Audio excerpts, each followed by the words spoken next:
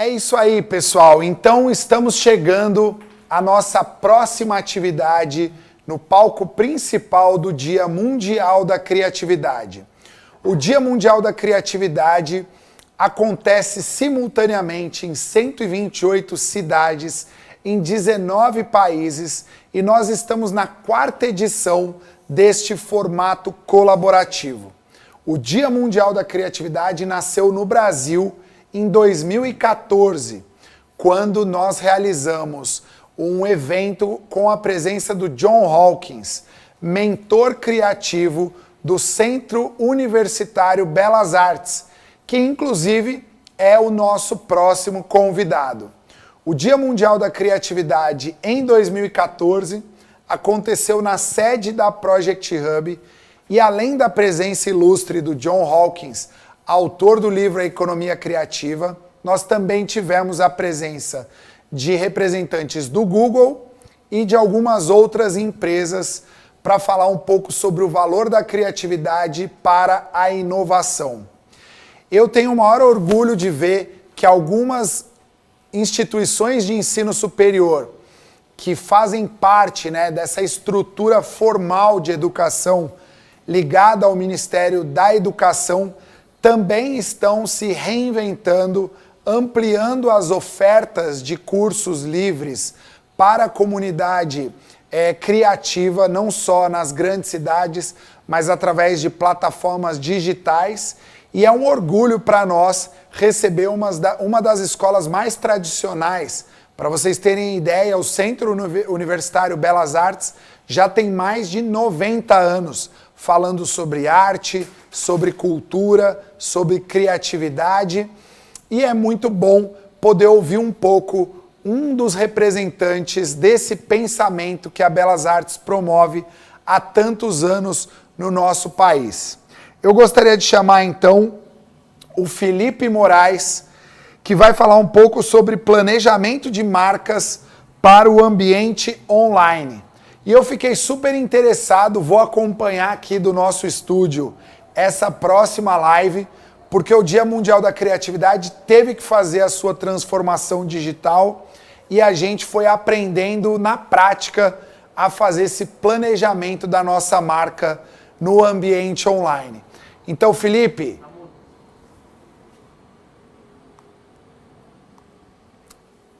seja bem-vindo, Felipe. Tudo bem com você? Tudo ótimo com vocês. Tudo ótimo, querido. Seja muito bem-vindo ao palco principal do Dia Mundial da Criatividade. É muito bom receber um representante do Centro Universitário Belas Artes, uma das escolas mais tradicionais relacionadas às indústrias criativas e também uma das nossas parceiras no programa de bolsas de estudos aos participantes do Dia Mundial da Criatividade. Felipe, é com você, esperamos muito você, agora já são 7h30 e vamos ouvir um pouco mais sobre o tema planejamento de marcas para o ambiente online. Isso, a gente vai falar hoje aqui sobre planejamento de marcas. Sou eu quem agradeço o convite. A Belas Artes é um lugar que eu dou aula há mais ou menos 2 anos e muito feliz lá com a parceria com eles e tal. E esse é um curso que a gente ministra lá. Então eu resolvi, quando eles me convidaram, a gente resolveu, eu ministro outros cursos lá, mas esse é o que a gente tem mais, está tendo mais aderência e também, sendo bem honesto, tendo mais carinho. Então a gente vai falar sobre ele, tá? Bom, deixa eu falar um pouquinho de mim. Eu sou sócio da FM Consultoria, sou professor de cursos livres, como na Belas Artes e alguns outros MBAs pelo Brasil. Desde 2001 eu trabalho com marketing digital, então eu tenho aí mais de 400 projetos digitais entregues de marca, de conteúdo, de redes sociais, de mídia e por aí vai. Alguns dos clientes que eu atendi, Mercedes-Benz, Coca-Cola, Bradesco, Plant Growth, Teva Farmacêutica, Vitacom, inclusive vou falar um pouquinho de Vitacom durante aqui a palestra, Chiesi Farmacêutica, Chevrolet, e fui eleito profissional de planejamento do ano em 2016 pela BRAD, Associação Brasileira de Agências Digitais. FM Consultoria Planejamento é meu curso. Aqui fica, né, para quem quiser fazer os cursos, fica aqui os dados da Belas Artes, então tanto o site como também o WhatsApp da Belas Artes. E esse é o livro, Planejamento de Marca no Ambiente Digital, que ele surgiu por essa aula. Então eu comecei a fazer a metodologia, comecei a aplicar essa metodologia em Vitacom e Chiesi principalmente.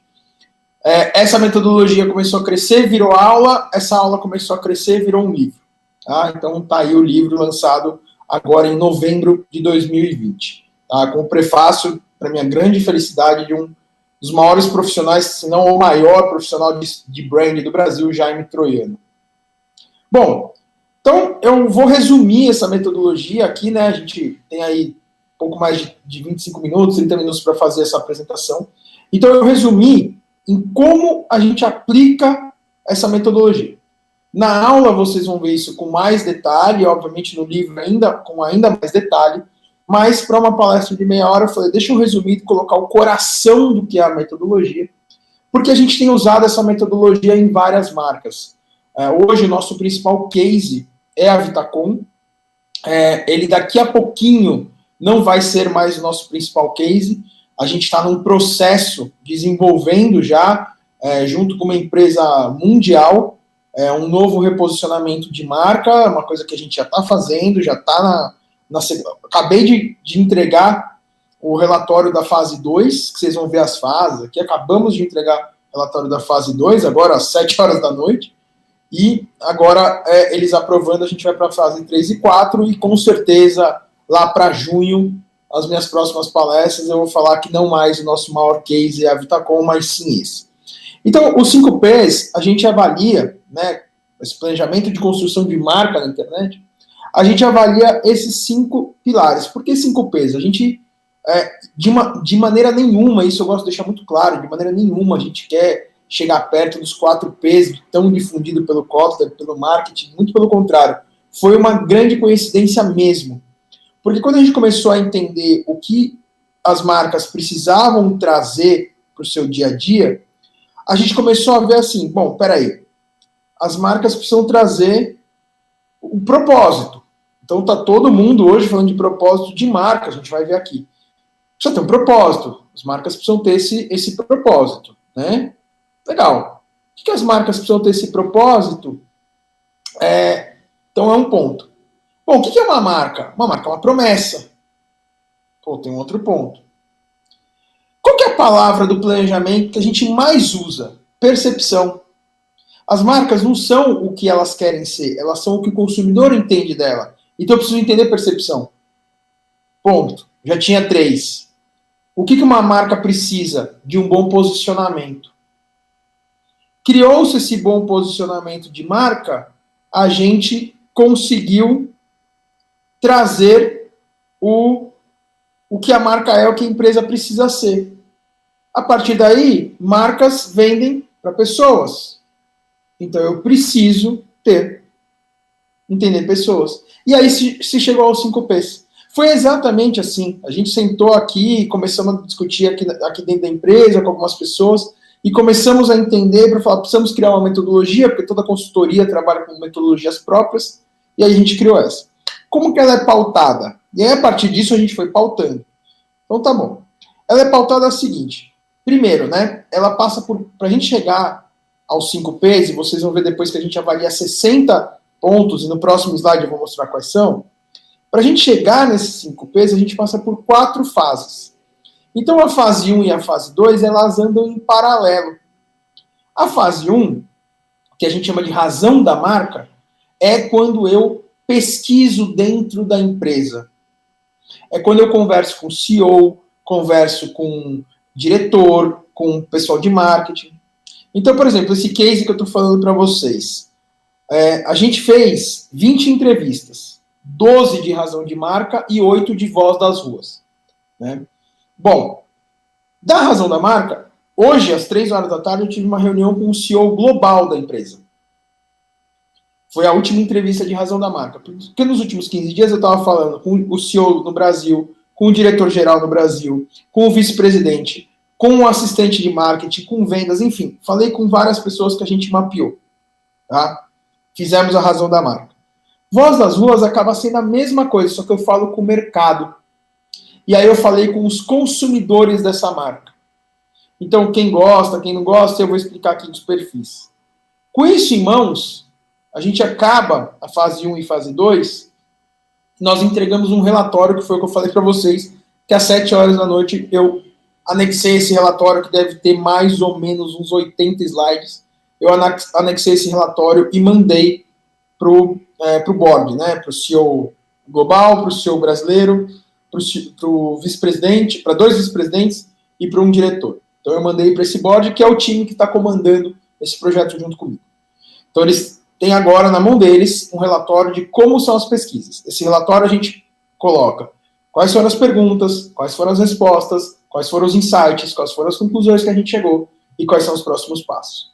Baseado nisso, eu vou para o terceiro passo. A hora que eles me derem o ok, me ligarem amanhã ou sexta-feira e falar, poxa, é isso mesmo, vamos para frente, a gente vai para o passo que é o mais legal na minha visão, até pela minha formação como profissional de planejamento de comunicação, que é o posicionamento de marca. Toda marca precisa ter um grande posicionamento. Nosso case principal, que é a Vitacom, que a gente fez junto com a Santa Clara, que era a agência da Vitacom, a agência contratada pela Vitacom para fazer esse projeto, foi transformar o Vitacom de Reinvente a Cidade para o Life Zone.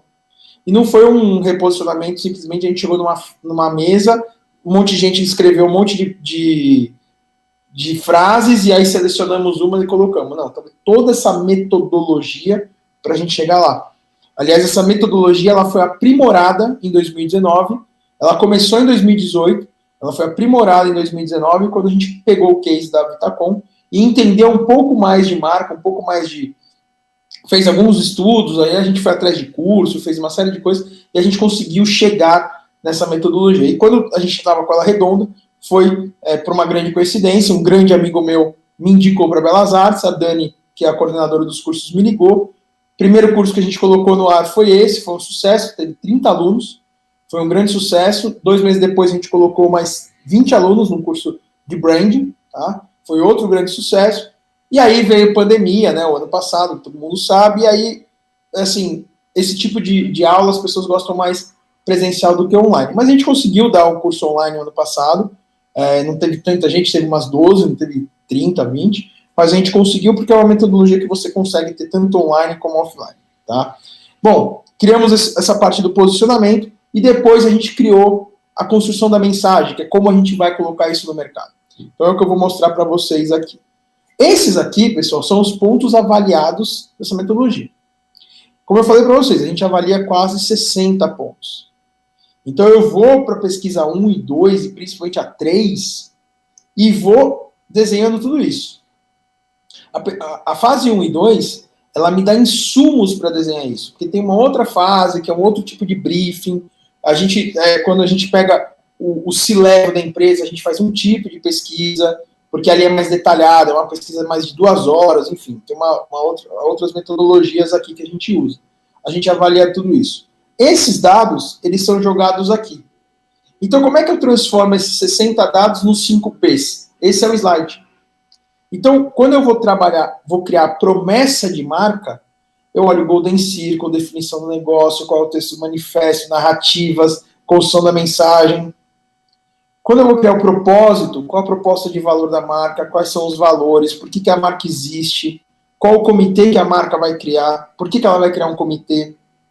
Quando eu vou desenhar a percepção, substância de marca, atributos, e toda essa pesquisa da fase 1 e 2, basicamente ela é a percepção. Por isso que o campo de percepção ele tem menos pontos para se avaliar. Porque a fase 1 e 2 é praticamente só entender percepção. E aí eu vou para posicionamento. Olha a quantidade de informações que eu preciso avaliar para chegar no posicionamento. Então, posicionamento de marca não é simplesmente escrever uma frase bonita.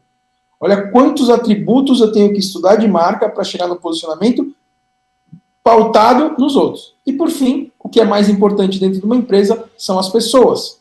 Tanto os perfis internos como externos. Por isso que a gente divide entre razão da marca, perfis internos, e voz das ruas, perfis externos. Bom, como é que a gente trabalha a razão da marca? A razão da marca é uma imersão na empresa, é um bate-papo informal. Não tem roteiro, lógico, você tem ali 6, 7 perguntas. A gente normalmente trabalha com 10 perguntas. de 7 a 10 perguntas, tá? Às vezes, depende da marca, tem um pouco mais, mas no geral, a gente está fazendo 3 projetos assim. A gente está fazendo para uma empresa que é essa global, uma empresa global aí de dados, de inteligência artificial de dados. Estamos fazendo para uma empresa de prótese dentária e também estamos fazendo para uma empresa de moda, tá? Então, assim, a gente está fazendo a mesma metodologia para as 3 empresas ao mesmo tempo. Então, tem empresa que a gente faz um tipo de pergunta, outro depende do segmento, depende de uma série de pontos que a gente avalia logo na primeira reunião de kickoff, quando a gente começa a entender um pouco mais o que o cliente realmente quer saber, qual o caminho que ele quer tentar seguir para a gente direcionar. Então, a gente faz essa imersão, é um bate-papo. Até por causa da Covid, a gente está fazendo tudo online. Mas eu já fiz esse papo pessoalmente. Eu já fiz esse papo na padaria, eu já fiz esse papo num restaurante que tinha do lado da empresa, eu já fiz esse papo na sala de reunião da empresa, eu já fiz esse papo na recepção de empresa. É informal, é bate-papo, é sentar, conversar, tá? Tem que ser assim. Uma das coisas mais importantes para a gente entender, principalmente quando a gente está falando com o C-Level, é quando a gente faz essas perguntas, o que vem na cabeça dele. Infelizmente, a gente agora, por causa de Covid, a gente só está podendo fazer por briefing. Então a gente manda um Word e eles respondem. Não tem o mesmo impacto. É importante, mas não tem o mesmo impacto. Isso aqui é o seguinte, é tão simples como vocês estão vendo aqui. É sentar na frente do diretor de marketing, do CEO, do CFO, seja quem for, e falar assim, pensando na sua marca, quando eu falo em propósito, o que vem? Anota. Em posicionamento, essa espontaneidade que mostra por quê? Porque quando eles vão pensar nisso, precisa criar uma campanha para posicionar a marca, é a primeira coisa que vem na cabeça deles. Tá? Bom, como é que a gente avalia propósito? Empresas movidas por propósito têm uma vantagem competitiva enorme. Funcionários estão sedentos por propósito. O propósito a gente não cria, a gente cava, ele já está lá. Uma frase que eu adoro do meu amigo Jaime Troiano é: marcas sem propósito são marcas sem alma. Então o propósito é a razão de ser da empresa, porque ela existe. Uma das perguntas que a gente faz aqui para descobrir propósito, a gente chega para o diretor de marketing, enfim, para o C-Level, né, e fala assim, vamos supor, pegar aqui uma marca, a Officer, que a gente trabalhou, né, na verdade não era o Luciano que era o dono, mas vamos supor que fosse, vai. Então a gente chegou assim para o pessoal do C-Level e falou assim, por que o Luciano um dia acordou, saiu da cama, olhou no espelho, foi escovar o dente, pensou, vou criar uma empresa, e criou essa empresa? O que moveu ele para isso? Isso não é o propósito da empresa, mas é um pilar para se chegar no propósito. Como vocês viram naquele slide das bolinhas, para a gente chegar no propósito, tem vários pontos para a gente avaliar. Esse é um deles, é importante, é um dos pilares mais fortes, mas é só um. E aí, para a gente encerrar aqui a razão da marca, a gente precisa entender qual é a cultura da empresa. O que a empresa prega, o que a empresa faz, como é que o RH cuida das pessoas, como é que as pessoas trabalham, como que o CEO cuida das pessoas. Tudo isso impacta lá fora. Parece que não, assim, pô, mas peraí, mas se o CEO da empresa trata mal a assistente de marketing, isso vai impactar em vendas? Impacta. Impacta porque hoje temos redes sociais e hoje isso reverbera. E quando isso reverbera, isso acaba chegando em todo mundo. Tá?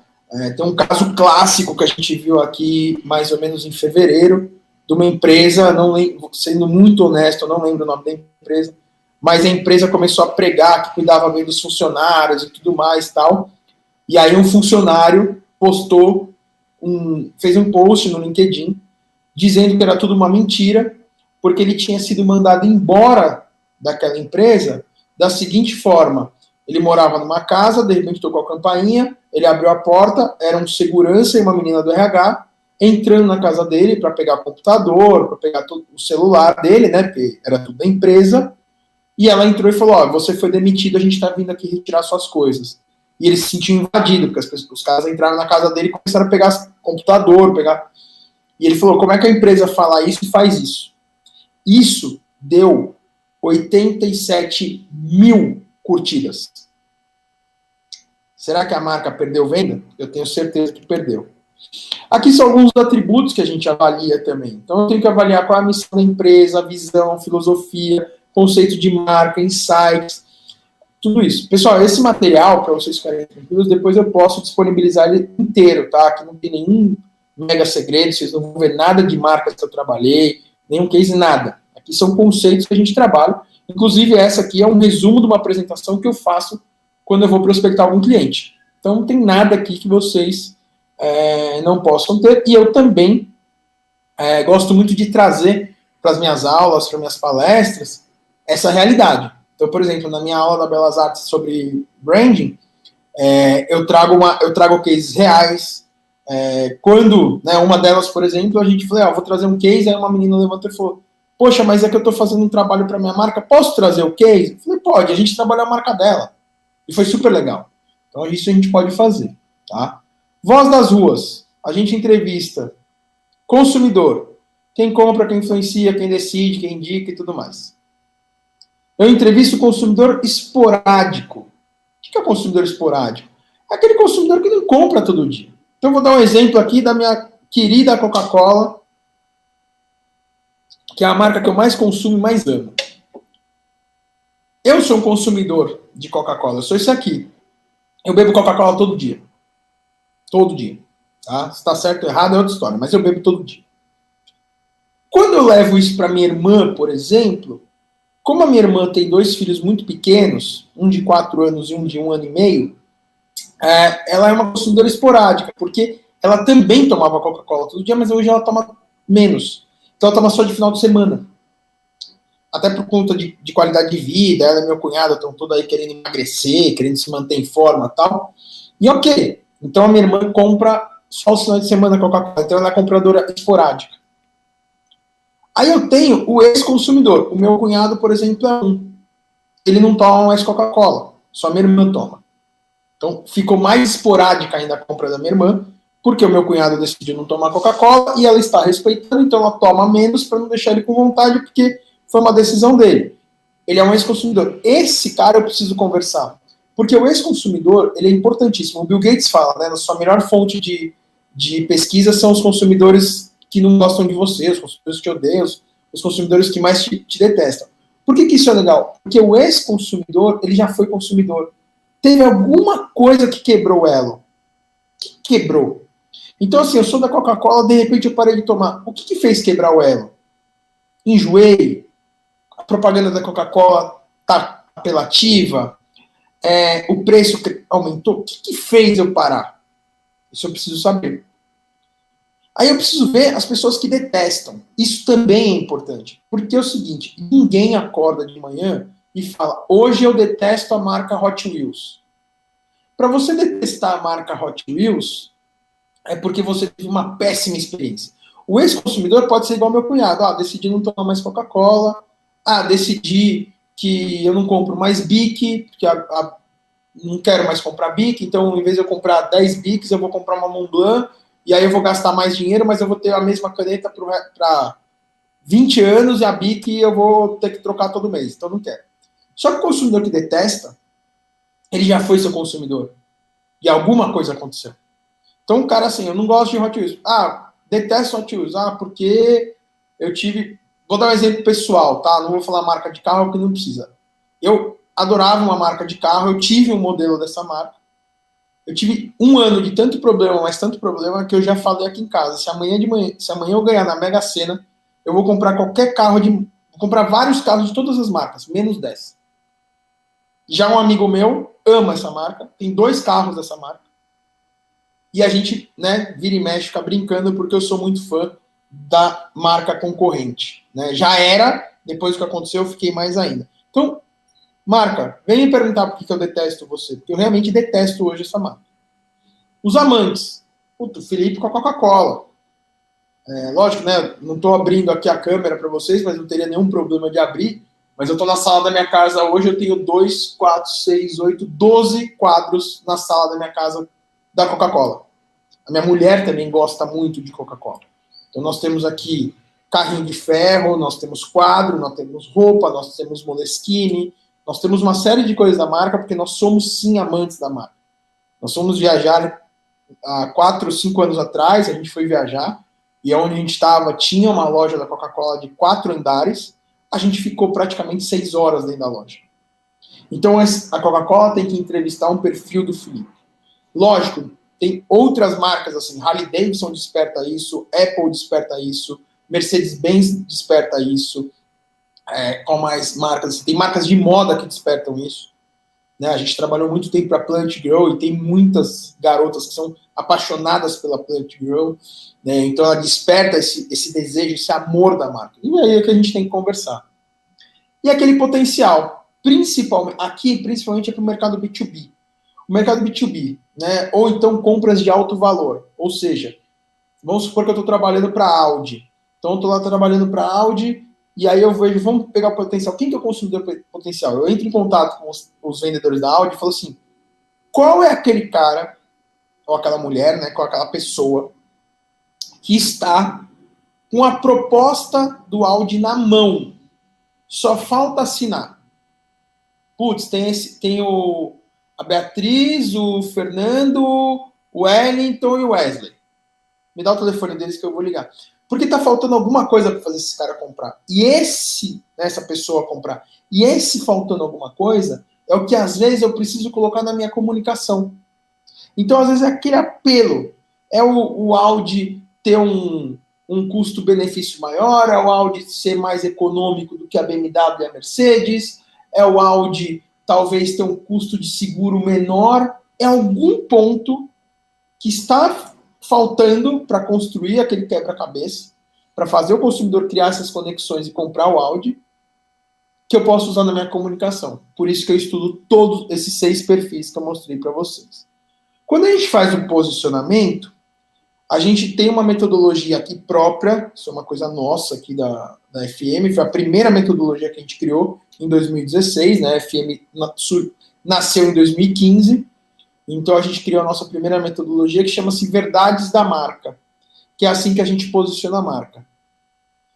Lógico, tem outros pontos, eu dei um resumo, mas basicamente a gente cria esse fluxo aqui, tá?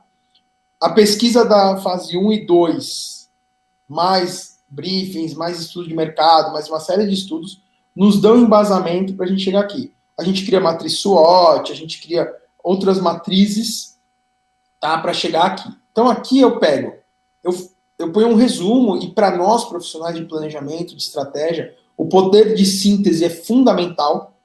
Fundamental. Então, assim, uma coisa que eu indico para todo mundo, quem vem às vezes, Felipe, como é que eu me torno um profissional de planejamento? Entre outras coisas, né, que você tem que falar, ser curioso pra caramba, pesquisar, ler, eu sempre falo, pessoal, escreva um blog. Porque o blog, você tem que ter o poder de síntese. Então, assim, você escreve um blog e limita. Né? Por exemplo, né, até para SEO, né, meu grande amigo Roberto Camargo me ensina isso, que até para SEO você tem que ter 1000 palavras. Então, eu limito o meu texto ter de 1000 a 1050 palavras, não mais do que isso. E aí eu pego temas muito complexos e tento transformar aqueles temas complexos num texto de 1000 palavras que seja coerente. Pode parecer pouca coisa, mas às vezes é muita coisa, 1000 palavras, às vezes não é nada. Quando você começa a pegar o ritmo de falar, poxa, agora eu vou explicar o que é, você já está na palavra 920. Tá? Então nosso poder de síntese é muito forte. Trazendo para cá. Então, o que eu faço? Eu pego o que é a marca? Uma frase, 2, 3 linhas no máximo, eu resumo o que é a marca. Né? Então, assim, tópico da marca, a coluna da esquerda, que é a marca. Coluna do meio, eu resumo em 2, 3 linhas no máximo o que é a frase, o que é a marca, desculpa. Nesse insight para posicionamento, nessa frase, eu separo 2 ou 3 palavras que mais chamaram a atenção nessa frase. Conceitos, palavras que são mais fortes. E eu repito essa metodologia em todos. Então, o objetivo, eu já tenho lá atrás, já defini o objetivo de comunicação, já sei qual que é. Ou o objetivo de marketing, ou o objetivo de marca. Eu repito aqui e pego a frase, a palavra, ou as 2 palavras que mais chamaram a atenção. Por que eu faço isso em todos esses daqui? E retomando. Esses pontos aqui de tópico de marca, quando você faz a imersão na marca, quando você faz Voz das Ruas, você consegue identificar isso. Tá? Não é que você consegue, você já tem que ter identificado isso. Então fica fácil colocar nessa matriz. Essas palavras que vão se repetindo, desculpa, essas palavras que vão se repetindo aqui no terceiro item, que é o ponto de atenção, existem palavras que vão ser repetidas. E tem que ser assim. Se você não repetir pelo menos 2 palavras, tá errado. Volta, porque tem que repetir.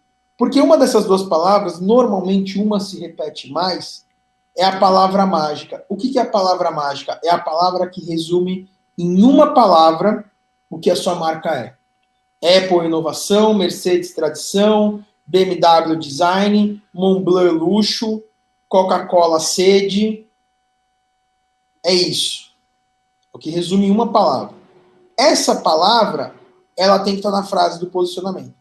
Então, quando você vai criar uma frase de posicionamento de marca, essa palavra-chave ela tem que estar lá. Se é a primeira palavra, a segunda, a terceira, a quinta, não importa a ordem, mas ela tem que estar lá. E aí a gente defende a frase do posicionamento assim. Então eu coloco qual é a palavra conceito, explico por que essa palavra está ali e coloco outras palavras que formam o posicionamento para mostrar para o cliente por que a gente chegou naquele posicionamento e o que a gente quer mostrar com aquele posicionamento. Aí eu crio um negócio chamado texto manifesto, que é um texto de 5 parágrafos, cada parágrafo no máximo 4 linhas, tá? Então é um texto que tem aí no máximo, na verdade são 4 parágrafos de 4 linhas. Então no máximo 16 linhas, e a quinta parte é a assinatura da marca, é o posicionamento. Então o texto manifesto é o que você vai resumir em um texto o que a marca é, o que ela quer ser, para onde ela vai e o que ela faz pelas pessoas.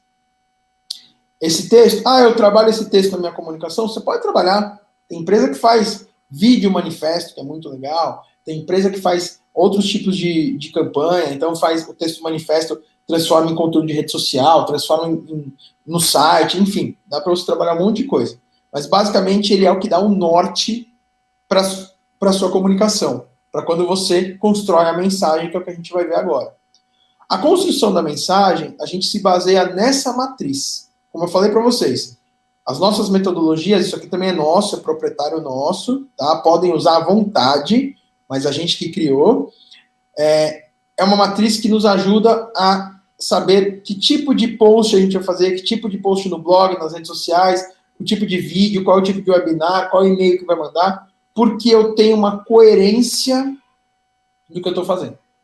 Então eu sei qual é o meu público, qual é a percepção que eu preciso que o meu público tenha, qual é a preferência que o meu público tem que ter com a marca, qual é o propósito da minha marca e quais são os diferenciais de produto.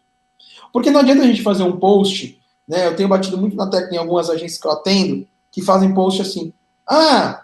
Por exemplo, né? Hoje mesmo o dono de uma das agências me mandou uma mensagem brava pra caramba. Pô, cadê o post do Tiradentes? Pra quê? Me diz uma razão.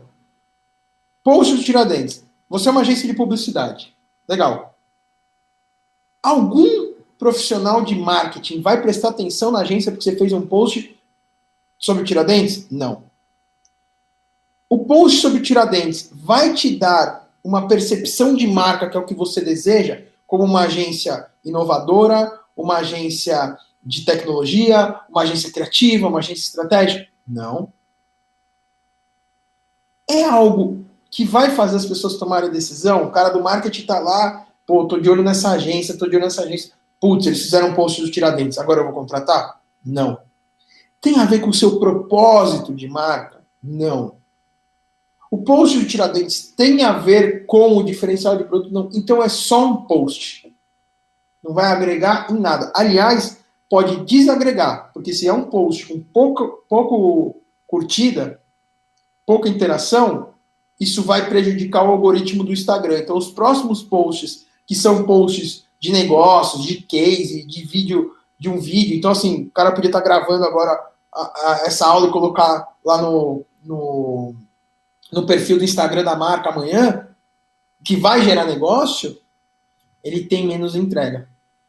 Então é isso que a gente faz aqui. Como que a gente constrói a persona? Isso também é uma metodologia nossa, tá? Também aqui, né, vamos dar crédito, essa metodologia, ela é uma soma de algumas coisas que a gente estudou de Kotler, como, por exemplo, né, os 5 papéis de comprador do Kotler, e também algumas coisas que a gente estudou num livro chamado Marketing de Conteúdo, do Rafael Hess, que é um dos melhores livros do mercado, tá? Indico para todo mundo. Se você não tem esse livro, entre agora na Amazon e compre esse livro, é um dos melhores, se não o melhor livro de marketing do mercado dos últimos 5 anos, tá? E falo isso com maior tranquilidade porque o Rafael Hess já passou de amigo, ele já é aquele irmão que o mercado me entregou. É um cara que eu amo de paixão, assim, tem um carinho enorme por ele e é extremamente competente e muito bom no que faz. Então, indico vocês comprarem Marketing de Conteúdo, é uma capa laranja, editora DVS, Rafael Hess. Não tem erro. Entrou na Amazon, a Amazon é um lugar mais barato. Entrou na Amazon, digitou Rafael Hess, Hess com Z. Ele só tem um livro, Marketing de Conteúdo, capa laranja, acabou, clicou, comprou. Se comprar hoje, chega sexta-feira na casa de vocês, sábado e domingo vocês têm uma excelente leitura. Bom, como é que a gente cria aqui? A gente responde essas perguntas. Então, qual é o perfil das pessoas? Eu respondo. Onde que trabalha, qual a faixa salarial, se tem filhos, valores. Motivações, o que motiva, o que gosta, quais são os sonhos, quais são os objetivos, o que elas gostam das marcas, quais as mídias que elas consomem, qual a sua necessidade, seus problemas, e a curva de tecnologia também, que a gente, né, só antes de falar de curva de tecnologia, só falando assim, o primeiro passo é esse que está do lado da foto do rapaz aqui, que é assim, nome, idade, cidade, profissão e status de relacionamento. É o primeiro passo que a gente começa. Então, assim, às vezes eu vejo persona. Persona. Ah, persona é o Pedro, que tem entre 22 e 26 anos. Se vocês me mostrarem alguém no mundo que tem entre 22 e 26 anos, eu vou dar um prêmio para vocês. Porque as pessoas têm uma idade. Eu, Felipe, se eu colocasse aqui, ó, vamos lá. Felipe, 41 anos, de São Paulo, publicitário, casado. Eu não sou de 26 a 35 anos, eu não moro no estado de São Paulo, eu não tenho uma profissão aberta, eu não tenho um relacionamento que eu possa ser casado ou não. Então vamos focar. Bom, voltando aqui, curva de tecnologia, a gente usa muito essa teoria do Everett Rogers, que é um sociólogo americano, né, falecido já, e que ele mostra como que as pessoas adotam a tecnologia. Então percebam que as pessoas que adotam primeiro a tecnologia, que é, por exemplo, aquela galera que em setembro vai sair o iPhone 14, né, porque nos Estados Unidos eles não usam o número 13, e como eles pularam o 10, provavelmente eles vão lançar o 14, existe uma chance de 16% das pessoas, na verdade 2,5% das pessoas vão comprar o iPhone na sexta-feira do seu lançamento. 13,5% vão comprar uma semana depois do lançamento. E depois existem outros. Por quê? Porque os inovadores e os visionários são os mais adeptos da tecnologia, são os mais viciados em tecnologia. E no Brasil a gente tem muito perfil de pessoas assim, tá? Quando a gente cria brand persona, a gente usa arquétipos de marca. Esses são os arquétipos de marca. Cada um deles tem um significado. É lógico que para a gente chegar no arquétipo, a gente faz pesquisa, são 5 tipos de pesquisa que a gente avalia, tá? Também fazendo um jabá aqui, a gente também tem um curso na Belas Artes para falar sobre arquétipos. A gente tem um curso só de arquétipo, um curso de 12 horas, só para explicar no detalhe que cada um deles, como chegar, como usar a campanha, a gente tem tudo isso. Aqui são alguns exemplos aqui do que eles são, tá? Então, fica aqui a dica para vocês depois estudarem com um pouco mais de calma, vou mandar esse material, vocês estudam com um pouco mais de calma. Tendo isso, eu tendo o arquétipo, é o primeiro passo para eu fazer o que a marca é. Porque o que tem acontecido bastante? Precisamos criar o tom de voz da marca. Alguém senta no computador, abre um slide PowerPoint, começa a inventar da cabeça um tom, copia da concorrência, copia de um artigo que viu, copia de uma aula que assistiu, e tem uma coisa muito clara, toda vez que você copia, você não é inovador. O que as pessoas esperam é inovação. Não à toa, né, que o Netflix já vale mais que a Chevrolet, que a Apple é a marca mais valiosa do mundo, que o Google é a segunda marca mais valiosa do mundo. A Apple vale 3 vezes mais do que a Samsung vale, e a Samsung vende 6 vezes mais do que a Apple. Só para vocês terem uma ideia. Tá? Então, não dá para ficar copiando. Você tem que ter o seu próprio tom de voz. É lógico que, como é muito limitado o ranking, o leque de tom de voz, é lógico que uma marca pode copiar a outra. Mas se você não tiver um arquétipo bem definido, uma estratégia de marketing definida, uma construção de mensagem definida, você vai só copiar. E copiar, você não vai chegar a nada. Aí você tem os posts de 3 curtidas, 5 curtidas, e aí você vai colocar a culpa. Ah, não, é porque o Facebook entrega, se eu não patrocinar, o Facebook entrega para pouca gente. Tudo bem, isso acontece, mas não é só isso. 3 curtidas não acontecem só por isso. Então você tem que ter qual é o propósito da marca, qual a percepção da marca, aí qual a linguagem que você vai usar, os atributos. Normalmente, quando a gente cria um tom de voz, a gente coloca, então, o arquétipo, a gente fez toda a pesquisa, todo o estudo, a gente descobriu que o arquétipo é o arquétipo, o amante. Então, a gente traz isso para o planejamento e mostra marcas do mesmo segmento, normalmente de moda normalmente é amante. Então, a gente fala, a sua marca X, ela, por exemplo, a Missima é uma marca que a gente fez um trabalho para a Missima em 2019 também, de reposicionamento de marca. Legal, então entendemos que é o amante. Então a gente trouxe marcas do segmento da Missima, que é moda feminina classe A, né, o vestido é um ticket médio de R$900. E aí começamos, olha, essas marcas aqui também são desse arquétipo. Olha como elas se posicionam. A gente traz como exemplo para cá. E aí o tom de comunicação, se é formal, informal, se é divertido. E aí é que eu falei, o tom de comunicação ele é limitado. Ele é muito limitado. Então eu posso copiar sim, às vezes eu vou copiar, não é copiar, às vezes vai ser igual a outras marcas, mas se eu tiver propósito, percepção, linguagem e todo estudo de marca, por mais que eu tenha o mesmo tom de comunicação, mas a minha forma de conectar é diferente. E é isso que vale. Tá? E aí é onde a gente aplica todos os canais de marketing digital. Então, eu construo uma marca baseado nos 5 Ps para ter um bom posicionamento, para construir uma mensagem que seja mais efetiva no Facebook, no YouTube, no blog, uma melhor campanha no Google. Então é isso, pessoal. Deu tempo aí, desculpa, acho que eu estourei 2 minutinhos, mas era esse o recado que eu queria dar para vocês. Fica aqui todos os meus livros, todos os meus canais digitais. Fica de novo aqui o que a Belas Artes tem para oferecer para vocês. Entra lá no site. Espero que vocês tenham gostado. Obrigado aí pela oportunidade. Obrigado, Felipe. Você me escuta? Escuto, estou escutando sim. Maravilha. Cara, conteúdo de altíssimo nível, extremamente denso.